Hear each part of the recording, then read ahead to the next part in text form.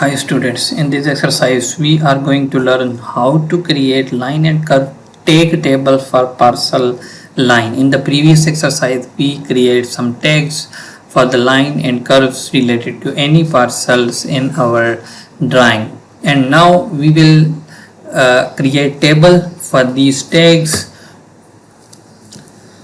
How we can do that? Just open 512 segment table drawing from the description link which I will put, and you can download from there.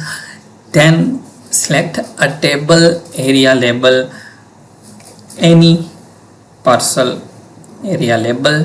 From the parcel contextual tab, labels and tables panel, here you will see add segments. Just click on add segments and table creation dialog box will appear. Use the one and only option from the drop down menu in the table styles, length and bearing or delta and radius. In the select by labels or style area of the dialog box, click the apply check box for the parcel curve tag only. You will find if it is something like this, and then you can drag it like this. So we need to find curve tag only. Just move it here and check. Then we need to select line, parcel line tag only. Just click here, and from the selection rule you need to select add existing and new for both of them, like this. Add existing and new option will ensure that the table updates as more label fittings this criteria are added. Keep the defaults value for the remaining options. So now just click OK, and at the select upper left corner you can pick a location in your drawing for the table. If the parcel area label is still selected like this, then you can press escape to clear the selections. So a segment tables you can see appear, and you will notice that the elements are not stored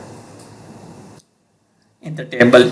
So you can enable sorting within the data properties tab of the table dialog box. How you can do that? Just select your table, and if you will right click you will see edit table style. So if you want to change the name of the table, then you can also change the name here. And if you want to play with some properties like wrap up test, maintain view orientation of the table, or you want to play with the columns, here under the structure you can change the name of the column, or you want to change the properties of any column, then you can also do that. In the display tab we have some layers which you can on and off accordingly.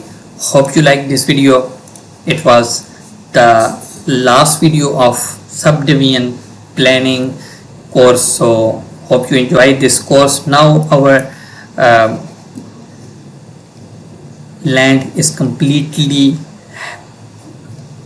developed by parcels of the lots and by parcel of the right of way for the roads. So now we have roads and now we have lots, so we can move to the forward like gradings for the field volume calculations and utilities also. So stay tuned with us for more.